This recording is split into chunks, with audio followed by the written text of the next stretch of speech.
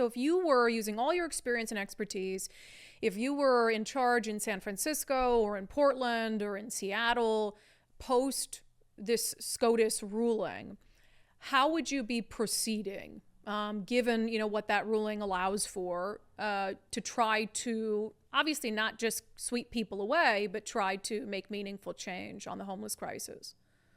So if you're in a community in America that has excess capacity of treatment, and I really focus on treatment beds, whether it's mental health, substance abuse, or co-presenting. If you have a excess capacity, the grants pass decision is godsend. I mean, it really, if you have extra capacity, because it will get people in to programming. So when you pick up a person and it hopefully in proactive, sensitive engagement, and you say, living in encampment is no good for you. You have a higher death rate. It's not good for you, but it's also not good for the community. It's not good for anybody. So we're going to pick you up, and do it through enlightened and thoughtful and careful outreach.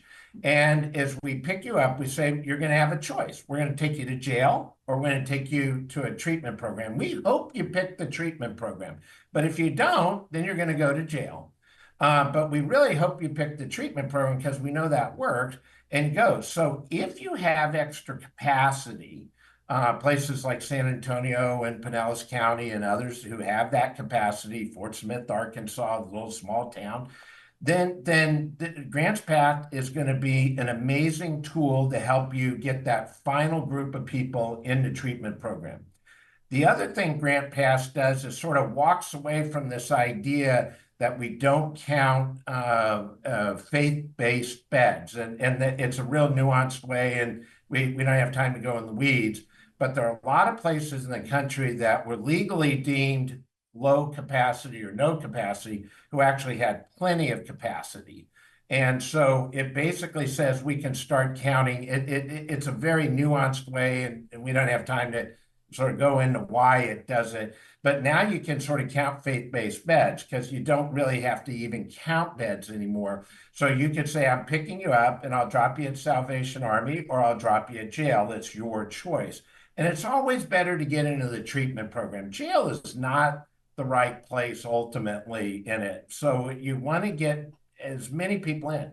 Now, here's the rub. What do you do about Seattle, where there's apparently, the best I can tell, more people living on the street experiencing homeless than the entire jail system you have. Yeah. So you can't arrest everybody in Seattle and put them in jail because you're not going to take a nonviolent person and exit in order to make space, take a violent person out. That's the challenge. And so a place like Portland, San Francisco, and Seattle, Grants Pass is one tool, but it has to be matched with capacity. We have to build more treatment beds. And if you do that together, you have a powerful 1-2 tool set that work together. Now, if you don't get your capacity up, I think Grants Pass is going to be a hollow promise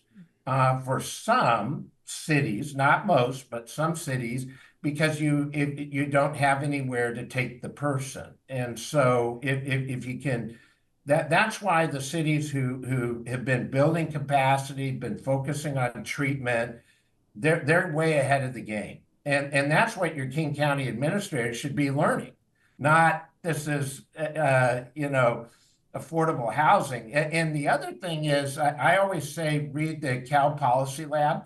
Here's another one. Go read Judge Carter's decision in LA. He is no right-wing judge. He's the first judge who attacked President Trump, by the way, just to give you an idea. I mean, he is not a right-wing judge, but he wrote one of the most interesting opinions, about 120 pages long, and there's about 30 pages in the middle of it that should be must read for any policy person. And Los Angeles has spent almost $3 billion on affordable housing. And here's what's Judge Carter's takeaway. More people have died on the street in LA than brand new affordable housing that's been built after they spent $3 billion. Wow. Think about that. More people have died on the street in LA in the same time period they've spent, I think, $2.8 billion. That's number one. Number two is when government runs an affordable housing project, it's about 20% more than the private sector. And now in California, you have units being built at 800, 900,000. That's basically a kitchenette type of, like a studio apartment. You have some units that the larger units for a couple or whatever that are now over $1 million. That's not affordable housing. No. No. And I told Governor Newsom when I was in the White House and his staff, I said, if you want to get serious about affordable housing, let's get serious about affordable housing. So that means we got to get serious about affordable construction. And so you have on the West Coast, Seattle down to San Diego, these excessive amount of building regulations and building costs that in many places it costs 140, almost $150,000 now just to get a doorknob. That's the term we use, just to get the permits and platting and CEQA hookup and water hookup and electrical hookup. If you want to get serious about it, have the government, local government, waive all of those expenses, which will cut costs down to about 40, it takes 40% off the top in many places on the West Coast.